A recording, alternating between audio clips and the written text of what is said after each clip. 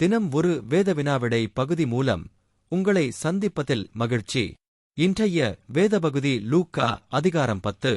எந்த உயிரினத்தின் மீது சீடர்களுக்கு அதிகாரம் இருப்பதாக இயேசு சொன்னார்? 1 சிங்கங்கள், 2 சர்ப்பங்களையும் தேள்களையும், 3 ஓநாய்கள், 4 பறவைகள். பதில் அளிப்பதற்கான 15 வினாடி இப்போது தொடங்குகிறது.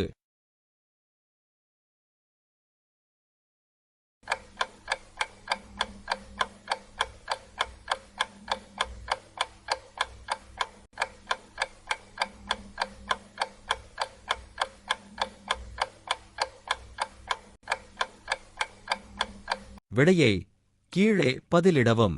நாளை வேதவினாவிடை பகுதி லூக்கா அதிகாரம் 11. Have a blessed day. Please subscribe for daily quiz.